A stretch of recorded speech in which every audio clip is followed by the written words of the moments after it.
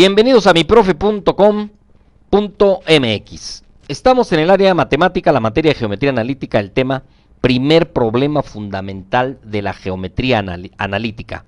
Parte 2 de 2, el subtema extensión y asíntotas.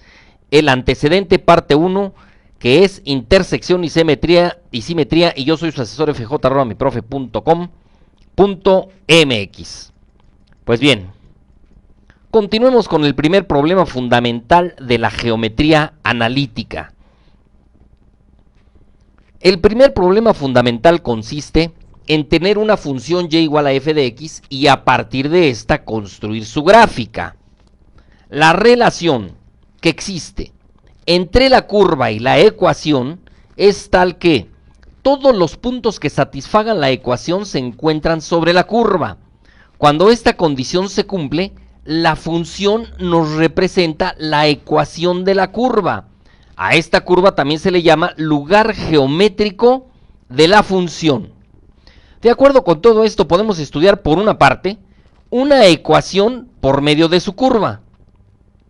Y por otra podemos estudiar las propiedades geométricas de una curva por medio de su ecuación. Análogamente, cualquier función en xy representada por f de xy igual 0 representa el lugar geométrico de la función. Muy bien.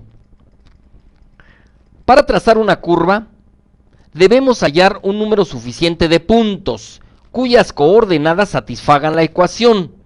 Esto se hace dando valores a la variable independiente x para obtener los respectivos valores de la variable dependiente y.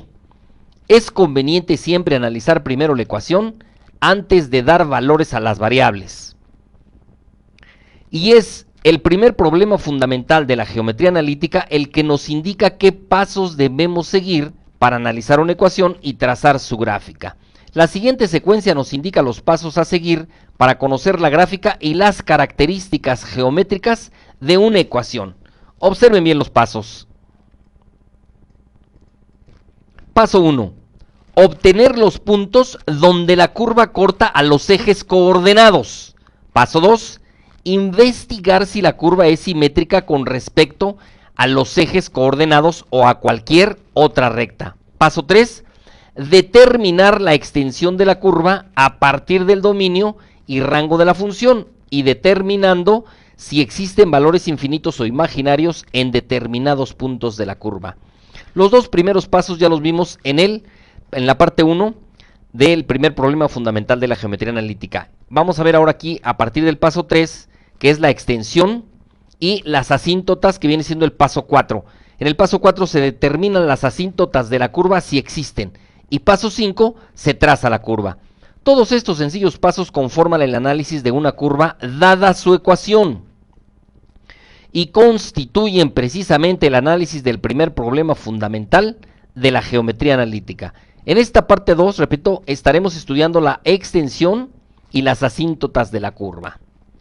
Vamos a empezar con extensión de la curva. Para determinar la extensión de la curva se necesita conocer su dominio y su rango o contradominio, es decir, hasta dónde podemos llegar con el trazo de la curva con valores reales y hasta dónde la curva tiene valores imaginarios o infinitos. Para poder determinar la extensión, procedamos con el siguiente ejemplo. Determine la extensión de la curva indicando el dominio y rango de la función y cuya ecuación es y cuadrada igual a 3x menos 1. Muy bien, lo primero que hacemos es procedemos a despejar la función. Y igual a más menos la raíz cuadrada de 3x menos 1.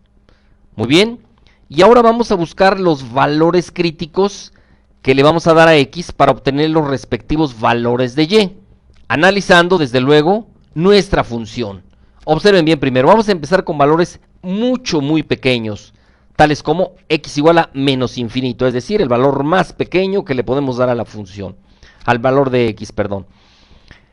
Aquí tenemos entonces para x igual a menos infinito, ¿qué pasa si ponemos aquí menos infinito? 3 por menos infinito, pues es menos infinito, y menos 1 menos infinito, por lo tanto la y no existe. No hay valores no hay raíces cuadradas de números negativos, ¿sí? Tenemos valores imaginarios.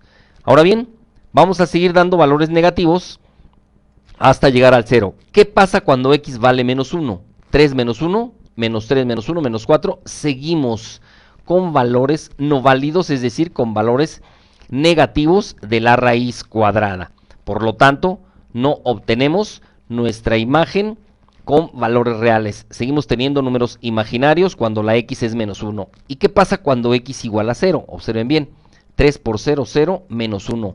Tampoco tenemos un valor real en el contradominio de la función. Pero ¿qué pasa cuando x es igual a un tercio? Observen bien, aquí es un tercio. 3 por un tercio son 3 tercios, o sea 1 y 1 menos 1, 0.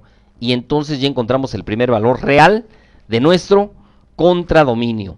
¿Y qué pasa para 2 tercios? Vamos a seguir ahora ya con números positivos hasta llegar a infinito. Cuando x vale 2 tercios, aquí tenemos 2 tercios por 3, son 6 tercios igual a 2. 2 menos 1, 1. Muy bien, cuando x vale 1, 3 por 1, 3 menos 1, raíz de 2.